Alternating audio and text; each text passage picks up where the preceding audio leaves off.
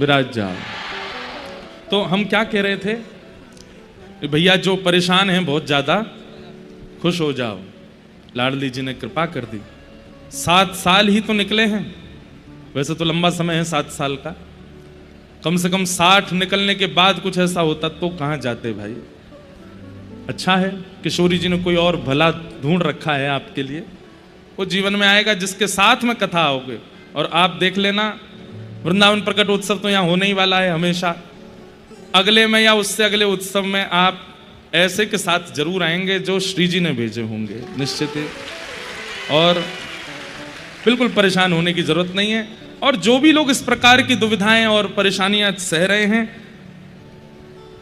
भैया श्री जी के सामने प्रस्तुत कर दिया करो, लाडली जी से, लाल जी से पूछ लिया करो। वो अनुकूलता ग्रीन चिट कहें तो ही किसी को अपने जीवन में इतना अधिकार प्रदान किया करो, नहीं तो प्रतीक्षा करो, किशोरी जी कृपा करेंगे। किसी ने दूसरा प्रश्न किया कि आप लाल जी की आरती करने के बाद सीधे प्रणाम क्यों नहीं करते हो, टेढ़ा प्रणाम क्यों करते हो। बंधुओं देखिए, जब ठाकुर जी विराजमान हो जाते हैं तो ठाकुर जी के बाम तरफ बाएं ओर सभी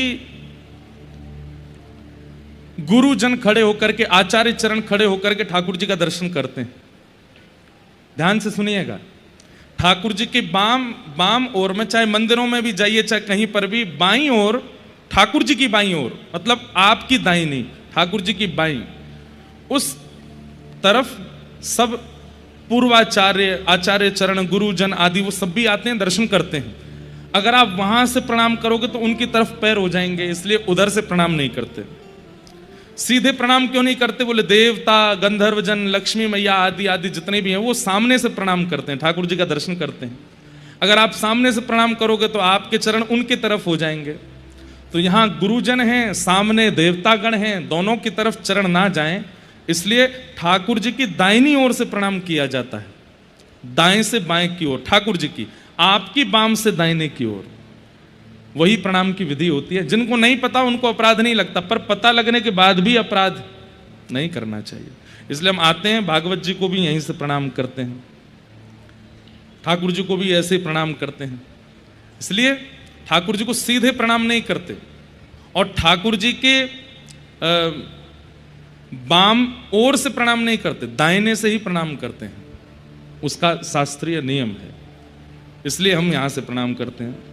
जब आप आरती करने के बाद ठाकुर जी को मिरर क्यों दिखाते हो, मिरर नहीं हो